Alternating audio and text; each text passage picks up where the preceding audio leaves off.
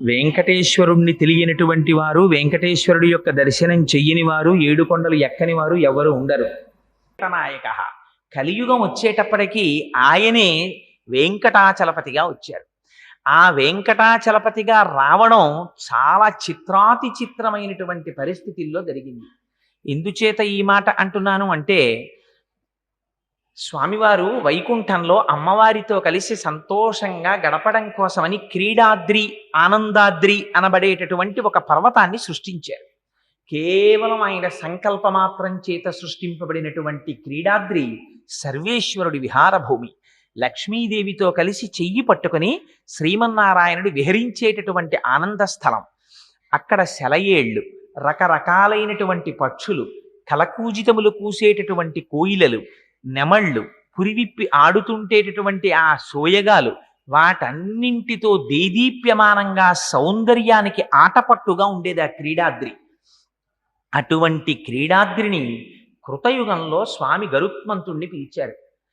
కలియుగంలో రాబోయేటటువంటి రోజులలో పాపాత్ములైనటువంటి వారిని ఉద్ధరించడం కోసమని నేను కలియుగంలో వెంకటాచలపతిగా వెళ్ళబోతున్నాను. అందుకని ఈ యుగంలోనే ఈ పర్వతాన్ని తీసుకెళ్లి భూమి మీదకి చేర్చమని ఆదేశించారు.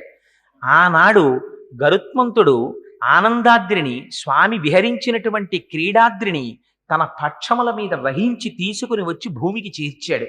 అదిగో అలా చేర్చబడినటువంటి పర్వతం ఉన్నదే, అదే వెంకటాచలమై ఉన్నది. అది కృతయుగంలో ఒకే పరమాత్మ అనేక స్వరూపాల్ని పొందుతూ కలియుగంలో వెంకటాచలపతి అయినట్టే, ఆ పర్వతం కూడా కృతయుగం నుంచి ఉంది. కృతే వృషాద్రిం వక్షంతి త్రేతాయాం అంజనాచలం ద్వాపరే శేషశైలంతో కలౌ శ్రీవేంకటాచలం నామాని యుగభేదేన అని ఆ పర్వతానికి ఉన్న గొప్పతనం ఏమిటంటే, అది కృతయుగంలోనూ ఉంది. కృతయుగంలో ఉన్నప్పుడు ఆ పర్వతం పేరు కృతే వృషాద్రిం వక్షంతి, దాన్ని వృషాద్రి అని పిలిచారు. కృతయుగంలో వృషాద్రి అని దాన్ని పిలవడానికి ఒక రహస్యం చెప్తారు. ఆ రోజులలో వృషభాసురుడనేటటువంటి రాక్షసుడు ఉండేవాడు. ఆయన ఆ పర్వతం మీద చేరి అక్కడ ఉండేటటువంటి సెలయేటిలో స్నానం చేసి పరమ పవిత్రంగా నారసింహ సాలగ్రామాన్ని ఉపాసన చేసేవాడు. రాక్షసుడై లోకాలన్నింటినీ పీడించినప్పటికీ ఆయన చేసినటువంటి నారసింహ సాలగ్రామోపాసన చేత విశేషమైనటువంటి బల, వీర్య, తేజస్సులను పుంజుకున్నాడు. మహర్షులందరూ తపస్సు చేశారు. లోకరక్షకుడు కనుక, స్థితికారుడు కనుక శ్రీ మహావిష్ణువు ప్రత్యక్షమయ్యారు. మీకు ఏం కావాలని అడిగారు. లోకములకన్నింటికీ కంటకముగా మారాడు ఈ వృషభాసురుడు. అందుకని ఆ వృషభాసురుణ్ణి దునుమాడి మమ్మల్ని రక్షించవలసింది అని కోరుకున్నారు. నారసింహ సాలగ్రామోపాసనం చేసేటటువంటి వృషభాసురుడికి ఆ సాలగ్రామంలోంచి శ్రీ మహావిష్ణువు ప్రత్యక్షమయ్యారు. ప్రత్యక్షమైతే ఆయనంత విచిత్రమైన వ్యక్తితో చూడండి.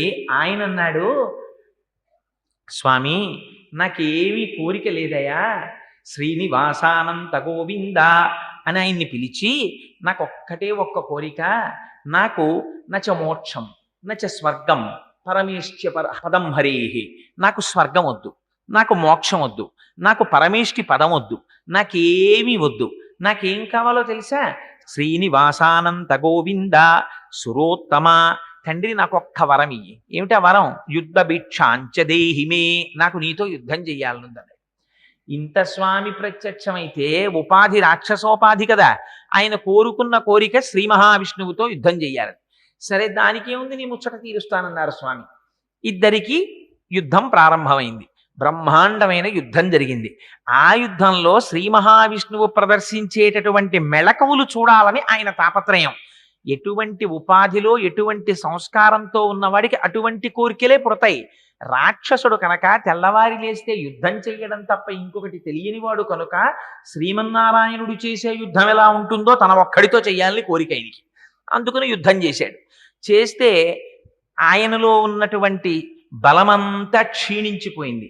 మరణించడానికి సిద్ధపడుతున్నాడు. అప్పుడు స్వామి పాదములు పట్టుకుని ప్రార్థన చేశాడు. వరం యయాచే వృషభ శైలో మధబిదో స్థితి, స్వామి నేను మరణించే సమయం ఆసన్నమైంది, నాకొక్క వరం ఇమ్మన్నాడు. ఏం కావాలన్నారు పరమాత్మ? ఈ కొండకి నా పేరు ఉండాలి, దీన్ని వృషభాద్రి అని పిలవాలి అన్నారు. సరే అలాగే కటాక్షిస్తున్నానన్నారు. సుదర్శన చక్రాన్ని ప్రయోగించారు. ఆ వృషభాసురుని యొక్క కుత్తుక కత్తిరింపబడింది. ఆయన మరణించాడు. అందుకని కృతయుగంలో గరుత్మంతుని చేత తేబడినటువంటి ఆ ఆనందాద్రి, ఆ క్రీడాద్రి, దాన్ని వృషాద్రి అని పిలిచారు. అందుకని కృతే వృషాద్రిం వక్ష్యంతి త్రేతాయాం అంజనాచలం. త్రేతాయుగం వచ్చేసరికి అంజనాదేవి పుత్రుల కోసమని తపస్సు చేసింది అదే పర్వతం మీద. పర్వతం మీద తపస్సు చేసిన తరువాత పరమాత్మ యొక్క అనుగ్రహంగా హనుమ జన్మించారు అక్కడ. హనుమ జన్మించారు కనుక ఆ పర్వతానికి అంజనాచలం అనేటటువంటి పేరు వచ్చింది. అందుకని అదే పర్వతం ఒకనాడు కృతయుగంలో వృషాద్రి అని పిలువబడింది. అదే పర్వతం త్రేతాయుగం వచ్చేసరికి తస్మాత్ అంజన శైలో యం లోకే విఖ్యాత కీర్తిమాన్, ప్రపంచమంతటా కూడా అంజనాద్రి అనే పేరుచోటి ప్రఖ్యాతిని వహించింది. అదే పర్వతం త్రేతాయుగం దాటిన తరువాత ద్వాపరేశేషశైలంతు, ద్వాపర యుగం వచ్చేటప్పటికి అదే కొండని, ఇన్ని యుగాల నుంచి అదే కొండ, ఆ కొండని శేషశైలం అని పిలిచారు. శేషశైలం అని పిలవడం వెనకాతల కూడా పురాణంలో ఒక పెద్ద ఇతిహాసం ఒకటి చెప్తారు. ఒకానొకనాడు అలా వైకుంఠపురంబులో నగరిలో ఆమూల సౌధంబుదాపల మందార వనాంతరామృత చర ప్రాతేందు కాంతోపలోత్తల పర్యంకరమా వినోదియగు ఆపన్న ప్రసన్నుండు. ఎక్కడో ఆ వైకుంఠంలో ఆ లోపల ఉండేటటువంటి అంతఃపురంలో, ఇంకా దాటి లోపలికి వెడితే ఉండేటటువంటి అమృత సరస్సు పక్కన ఉన్నటువంటి చంద్రకాంతి శిలలతో చేయబడినటువంటి అరుగు మీద లక్ష్మీదేవితో కూడి క్రీడిస్తున్నటువంటి స్వామి అంతఃపురం లోపలికి ఎవ్వరూ రాకుండా శేషుణ్ణి కాపలా పెట్టారు. ఆయన కాపలా కాస్తున్నాడు.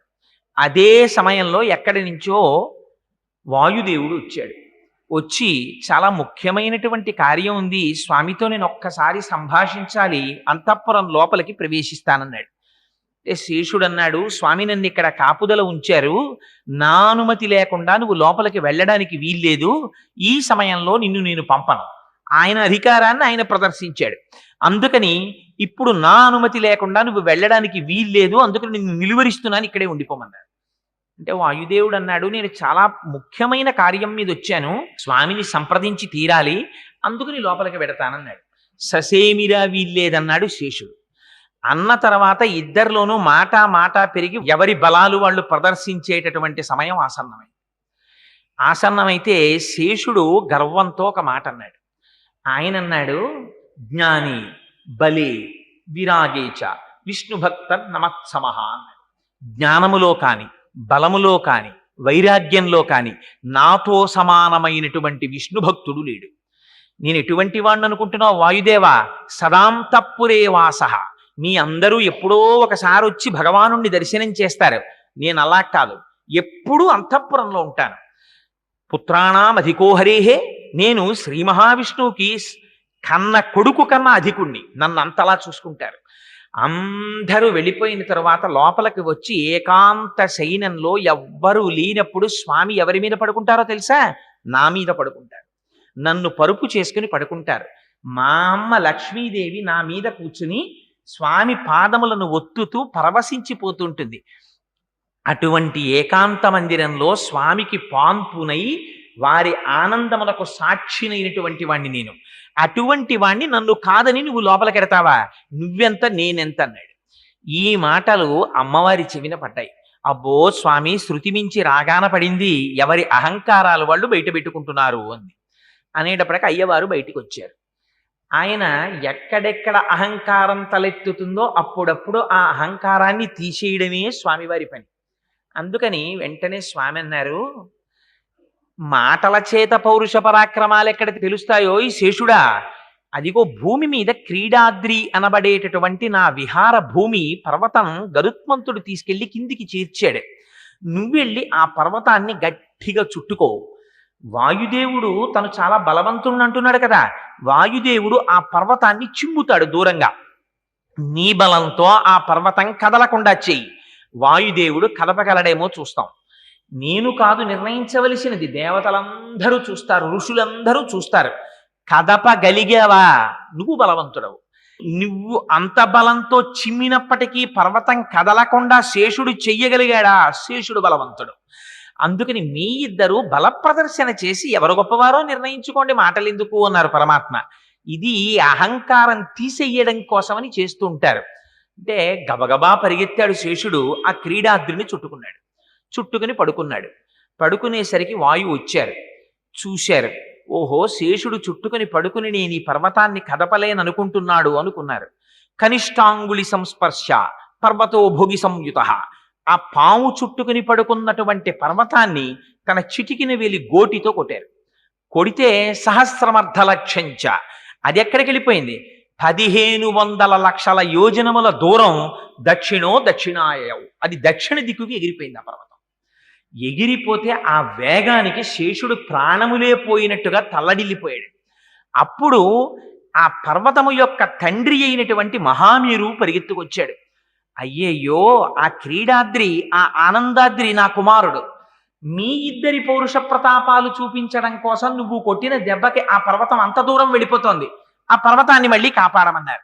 అంటే ఆ పర్వతాన్ని మళ్ళీ తీసుకొచ్చి వాయుదేవుడు, ఆయన ఏమో అనిలుడు, ఆయన తన వేగంతో తోశాడా, మళ్ళీ వస్తుంది, మళ్ళీ తీసుకొచ్చి యథాస్థానమనందు ఉంచాడు.